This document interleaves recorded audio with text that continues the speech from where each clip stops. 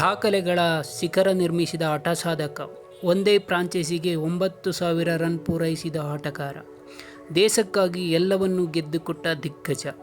ಅಂದು ಕ್ರಿಕೆಟ್ ದೇವರನ್ನು ಹೆಗಲ ಮೇಲೆ ಹೊತ್ತು ಭಾರತದ ಕ್ರಿಕೆಟ್ ಮುಂದುವರಿಸಲು ದೀಕ್ಷೆ ತೊಟ್ಟ ಧೀಮಂತ. ಕಳೆದ ವರ್ಷ T20 ವಿಶ್ವಕಪ್ ಗೆದ್ದು ಗುರು ದ್ರೋಣಾಚಾರ್ಯರಿಗೆ ಅರ್ಪಿಸಿದ ಅರ್ಜುನ, ಜಗತ್ತನ್ನೇ ಗೆದ್ದ ಈ ರಾಜನಿಗೂ ಒಂದು ಬೇಸರವಿದೆಯಂತೆ.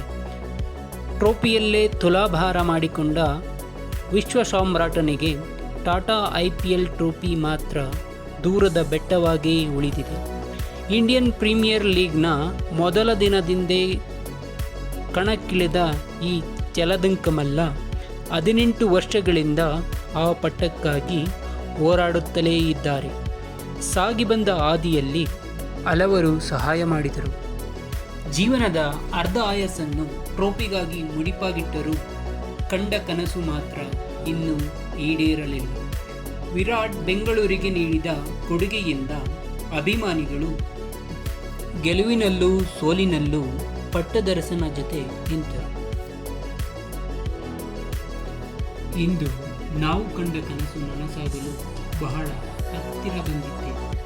ಕೇವಲ ಒಂದೇ ಒಂದು ಹೆಜ್ಜೆ ಮಾತ್ರ ನಾವು ಆ ಟ್ರೋಫಿಗೆ ಮುತ್ತಿಕ್ಕರು.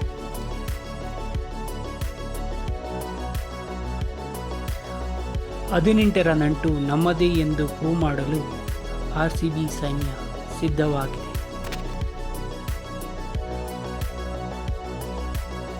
ಇದು ಅವರಿಗಾಗಿ, ನಮ್ಮ ನೆಚ್ಚಿನ ವಿರಾಟ್ ಕೊಹ್ಲಿಗಾಗಿ ಈ ಸಲ ಟ್ರೋಫಿ ನಮ್ಮದಾಗಲಿ ಎಂದು ಹಾರೈಸೋಣ. ಜೈ RCB, ಜೈ ಕರ್ನಾಟಕ. ನಮಸ್ತೆ.